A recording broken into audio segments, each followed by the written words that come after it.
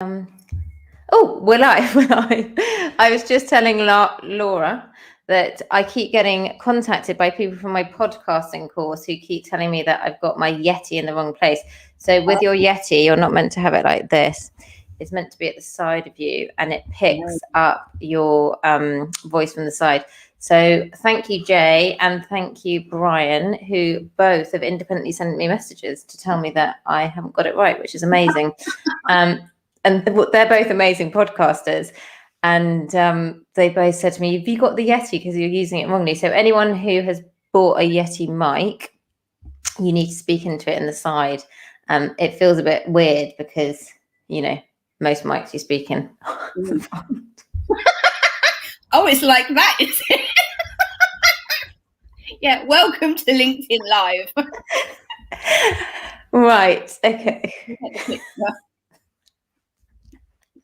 Okay, let's start then. So,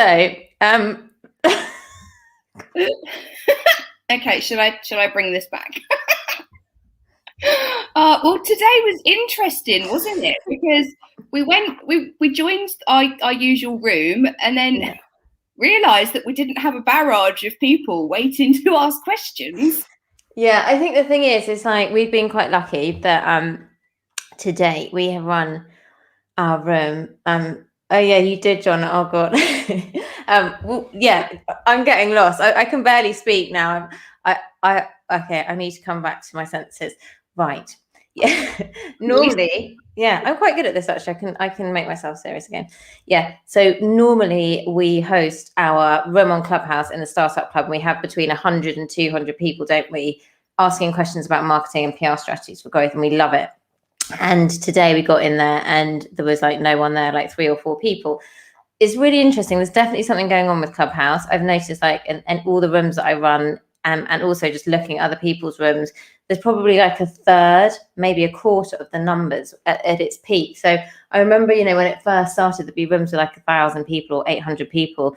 Lucky if there's you get a room with more than 100.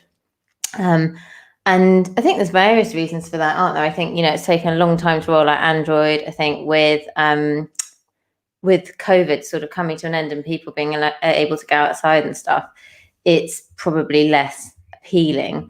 I don't know. And we're also talking, maybe it's just because we're talking about marketing and business growth and stuff like that. And maybe that's not what people are going to the platform for. And that there are other sort of areas of interest, topics that are of interest. Yeah, because I think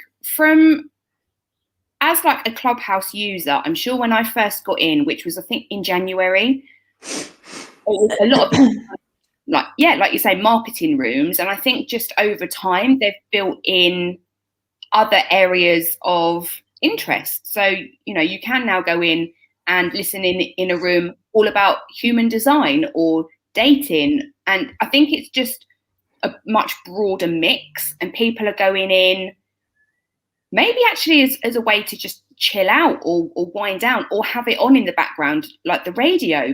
Because I think it is that. I think it's there's, if you want to listen to curated content on a particular topic like art or, like you said, sustainability or mindfulness or children or whatever it might be, you can literally go and listen to experts speaking in the background. I think being in marketing, all the marketeers and all the business growth people jumped on Clubhouse thinking, wow, this is the next big thing. And it was like inundated by people running rooms in that space. But also, I suppose it depends what topics you're following, doesn't it? Because I follow those kind of topics. I see those kind of topics. But yeah, I think it's going to be very interesting. Interesting to see as well what happens to the valuation of Clubhouse, because, it was getting traction so quickly, wasn't it? And also interesting to see what happens with Twitter and LinkedIn, and we were talking about that too. So that's one thing. Clubhouse seems to be, and I loved it. Like when we had those really busy rooms, it was amazing. We were, we're answering 30 questions. We had to be so, and it was like a fire hose of questions, and we had all these really, really interesting questions coming from people all around the world or all stages of their business. And also we learned a lot as well, because it's quite challenging to just have random questions thrown at you from industries that you don't know about, or and things asked. But Yeah, let's see what happens. It's one of those things, isn't it? Debbie said maybe it's going to be like Periscope and it's going to die a death, but we don't know. Anyway, I think one of the things that we like is it's an opportunity just to help people, isn't it? And also it's interesting for us to see what kind of questions people are asking, and we learn a lot from the other panelists. So we've had some really good panelists on there as well.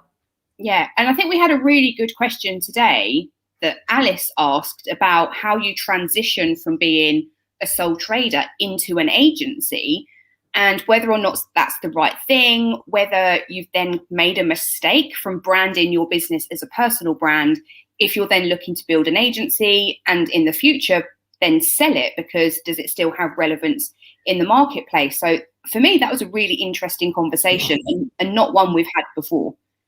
Yeah, I think relevant to both of us because, you know, we have other people working with us. It's not just us.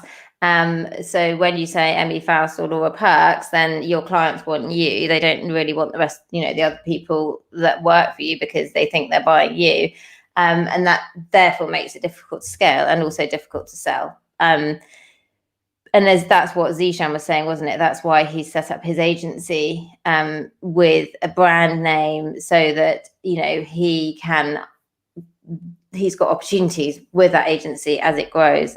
So yeah, it's really, really, really interesting. And I think it's something that, you know, I've had an agency. I don't want to run an agency. It was kind of super stressful and employing lots of people and making sure that, you know, you're looking after them and you've got enough money to pay them and all of those things. It's quite a big responsibility, and it's not one that I want again at the moment. John is saying, I have a theory we all misname our businesses first time. I know, I was actually thinking, so John does leadership training and employee engagement and lots of great things. And I know I don't know how many people he's got working for him now, quite a lot. He's really grown his business really well. But I think it obviously probably did just start out as John. In fact, I remember when it was him and just some of his friends or some of his contacts. So yeah, it's difficult, isn't it? And then you're like, oh, it's the hassle of rebranding and how do you change it and all of those things. But I think if you want your client, you know, if you have aspirations for something bigger, then naming it just under your name makes that difficult. Yeah, for sure. And I remember when I did rebrand the business, I remember thinking, oh my God, what am I going to call it? It's got to have this really cool name that's going to stand out. And the coach I was working with was like, let's just keep it simple. So we ended up with PR with Perks, kind of hoping that people would understand the play on my surname and then obviously the word Perks.